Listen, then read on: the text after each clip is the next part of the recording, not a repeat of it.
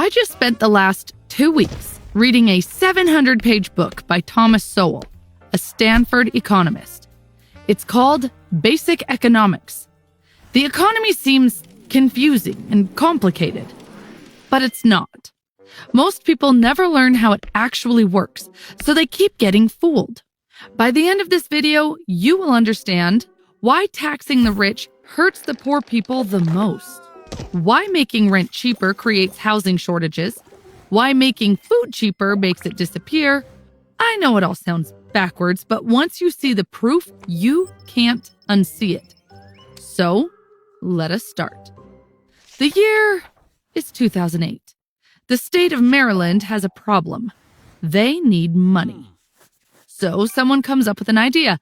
Let's tax rich people more. Maryland had about 8,000 millionaires. They do the math and say, if we raise their taxes, we'll collect $106 million more every year. Done! Problem solved. Everyone celebrates. Here's what actually happened. Year 1, they collected the tax. Everything is going to plan. Year 2, somebody counts the millionaires again. There were only 6,000 left.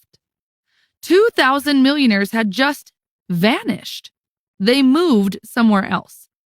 Instead of gaining 106 million, Maryland actually lost 257 million in total tax revenue.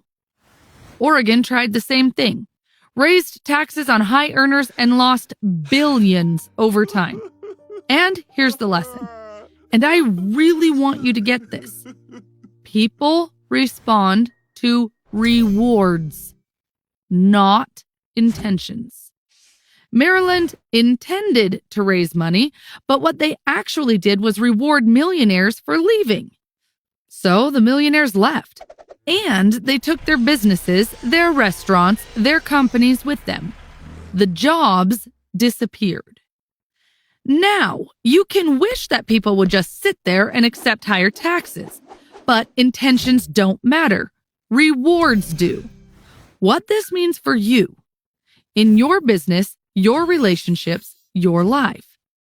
Don't ask what you want people to do. Ask what you're rewarding them to do. Number 2, every choice has a cost. Let's say you have $10.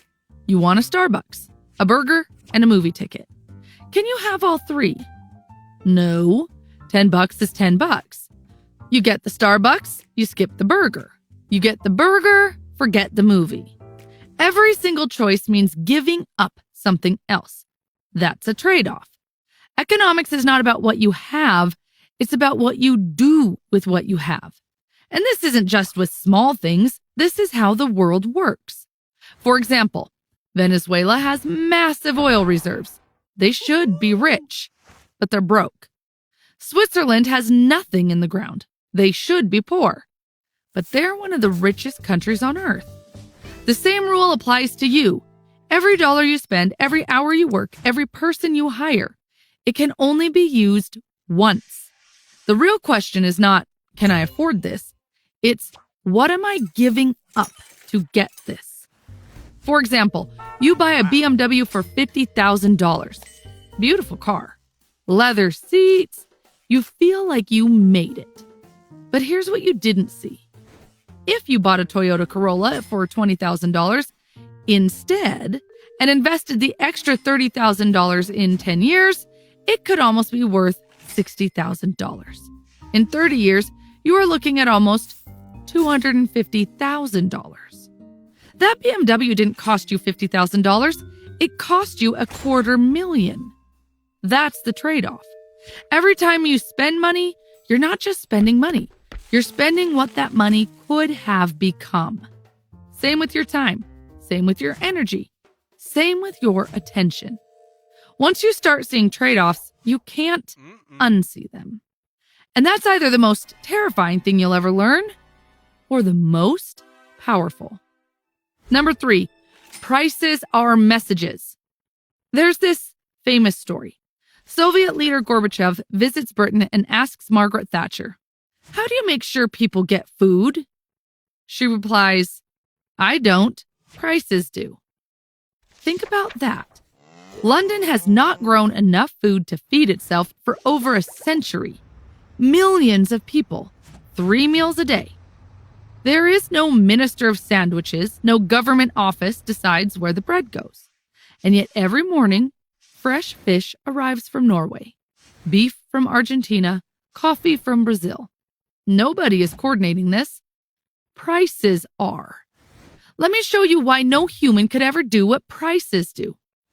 Imagine you're in charge of all the pizza in your country. Not one pizza shop, all of it. Your job is to make sure everyone who wants pizza gets it. You would need to know how many people want pizza today versus tomorrow, which cities need more, what toppings, how much cheese to make, which means deciding how much milk goes to cheese versus ice cream, how many tomatoes to grow, how many ovens to build. And all of this changes every single day. You cannot know all this. No human can. No computer can. Too many variables changing too fast. But this problem gets solved every single day. Remote little towns get pizza. Big cities get pizza. Nobody is in charge. Nobody is planning it. Prices do it. When pizza is scarce, prices go up. Suppliers rush to make more. When there is too much, prices drop. Suppliers slow down. Nobody sends these messages on purpose. They just happen based on how many people want something and how much of it exists. The price isn't the enemy. The price is the only one telling you the truth. So the next time you see a price that makes you angry, just pause for a second. Ask yourself, what is this price trying to tell me? Is something scarce? Are too many people chasing too little supply? The price isn't the problem. It's the only honest signal you've got. Number 4, price controls never work. New York City has thousands of abandoned apartments, just sitting there, empty. Meanwhile, homeless people sleep on the street right outside those buildings. There are 4 times as many abandoned apartments as homeless people in New York. Let me show you how this happens. Imagine your school makes an announcement. Tomorrow, free pizza at lunch, unlimited. Take as much as you want. At first, just the kids who normally buy lunch show up. Small line, normal. But word spreads fast. Now everyone shows up. Kids who usually bring lunch from home, kids from other grades, everybody. And everybody's grabbing extra slices, just in case. 20 minutes later, the pizza is gone. The early kids hoarded everything. The ones who came late got nothing. This is what happens every single time you mess with prices. Now go back to New York. Rent was getting expensive. People were struggling. So politicians step in. They make a rule. Landlords can't charge more than a certain amount. Rent control. Problem solved, right? Wrong. At the lower price, suddenly everyone wants their own place. The college student who is going to stay with his parents now gets his own apartment. The widow who is thinking about moving in with the family keeps her 3-bedroom to herself. Remember the free pizza example? The same thing happens here. Everyone grabs extra, and the people who actually need it get nothing. But wait, it gets even worse. If landlords can't raise rent, they stop fixing things. They stop repairing roofs. Buildings start to rot. Eventually, some landlords just walk away entirely. And that is how you get thousands of empty apartments in a city full of homeless people. Price controls made them worthless to operate. Same pattern with food. Zimbabwe artificially kept prices low during the inflation crisis. Stores emptied within hours. Farmers just stopped bringing food to market because selling at the controlled price meant losing money. So they didn't sell. People starved while crops rotted on farms. This is what happens when you set prices too low. Now let me show you what happens when you set the prices too high. India, early 2000s. The government wanted to help farmers, so they guaranteed a high price for wheat. No matter what happens, Farmers get paid well. Sounds great, right? Wrong again. If the government guarantees a high price, farmers grow more wheat to make a profit. So that is what they did. They produced way more wheat than anyone could need. And the government had to buy it all. 11 million tons of wheat piled up in warehouses. And then it rotted, while people in other parts of the country were starving. So here's the pattern. Set the price too low, shortage, people can't get it.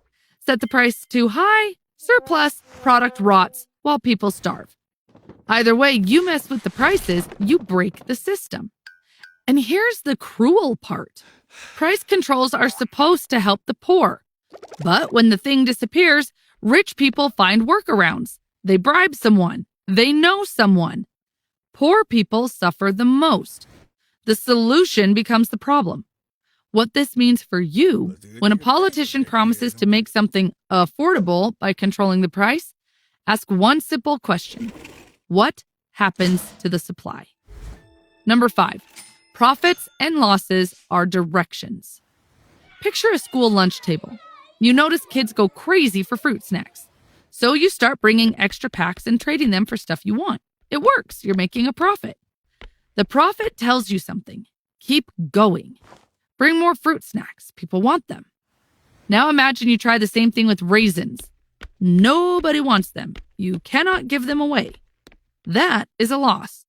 You wasted your allowance on something nobody wanted. That loss also tells you something. Stop. Try something else.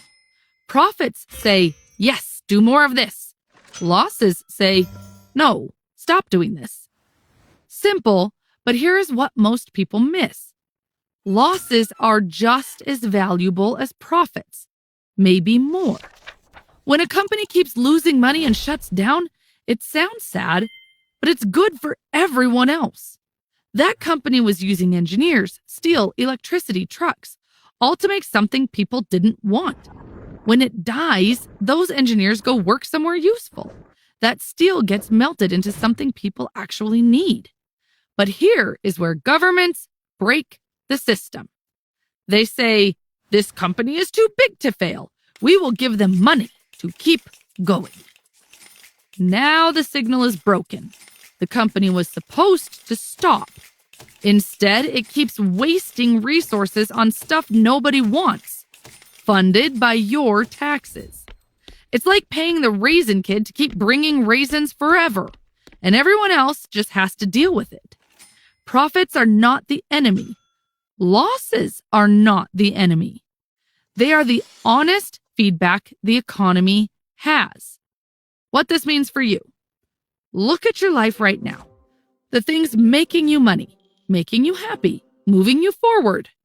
Do more of that. And kill that side project bleeding cash for 3 years. Don't feel bad. That's not failure. That's the market telling you the truth. The moment you kill it, you get your time and energy back. Now you can put all of that into something that actually works. Number 6, your wage is a price too. Why do some jobs pay more than others? Construction workers lift heavy stuff in the sun all day. They don't make that much. Nurses keep people alive. They're not millionaires. So what's the real answer? You get paid based on how much value you create. That's it. Let me show you. You have a lemonade stand. You hire your friend Maria to help. How much can you pay her? Well, it depends on how much extra lemonade she helps you sell. Maria's fast. She's friendly. With her there, you sell 10 more cups at $1 each. That's $10 of extra value in your pocket. You can pay her up to $10 and still break even. Now, imagine you hire your other friend, Jake. Jake's slow. He's on his phone, spills the lemonade. With him there, you only sell 2 extra cups. That's $2 of value. Pay him more than that, and you're losing money every hour he's standing there. This isn't mean, it's math. Now, here's where people get fooled. Someone says, workers deserve a living wage. Raise the minimum to $15. Sounds nice, But what if a worker only creates $10 of value per hour? You're now forced to pay $15 for $10 worth of work. You lose $5 every single hour. No business survives that. So what does the business owner do? He doesn't hire that person. He buys a self-checkout machine instead. He cuts hours. He closes the shop. So here is what this lesson means. Your boss isn't paying for your time. He's paying for your results. More valuable results, more money. Want to earn more? Create more value. Learn the skill nobody else wants to learn. Number 7, trade makes everyone richer. You've got a sandwich. Your friend has pizza. You each kind of want what the other person has. So, you trade halves. Did the total amount of food change? No. But are you both happier? Yes. That's trade. It creates value without creating more stuff. Nobody lost. You didn't beat your friend. She didn't beat you. Both of you won. Now, here's where adults completely mess this up. Politicians talk about trade between countries like it's a war. We're losing to China. They're stealing our jobs. We need to win. But trade isn't a game with winners and losers. If it were, why would both sides keep doing it? Year after year, century after century. One country buys stuff from another because it's cheaper than making it themselves. The other country sells because they get paid well. Both countries end up with more stuff than if they tried to make everything on their own. Both win. Now, here's the part that blows people's minds. Even if one country is better at making everything, trade still helps both countries. Think about it this way. Imagine you're a lawyer who charges $300 an hour. You're also pretty good at cleaning. Should you clean your own office? No. Hire a cleaner for $20 an hour. Use that hour to do legal work instead. You make $300, pay $20, and you're way ahead. Countries work the exact same way. One country might make both cars and shirts better than another country.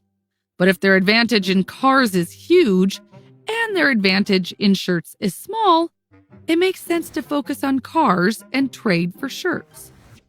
Both countries end up with more cars and more shirts than if they each tried to make everything alone. That's why economists across every political view have supported free trade for 200 years. Trade isn't war, it's cooperation. Both sides win. Now, what this means for you. Think about last week. How many hours did you spend on stuff you're bad at and hate doing? Emails, spreadsheets, admin work. Imagine you paid someone $50 to do all that, and you spent those hours on the thing only you can do. That's the trade. This whole video comes down to one thing: trade-offs. Every hour spent on your weakness is an hour stolen from your strength. You don't win by fixing what's broken. You win by doubling down on what's working. That's economics. That's life. I want to end it by saying this. Understanding economics won't make you rich, but it will make you impossible to fool. You just traded less than 20 minutes of your life to watch this video. I hope it was worth it. If you want more book summaries like this one, check out the playlist on your screen. Thanks for watching.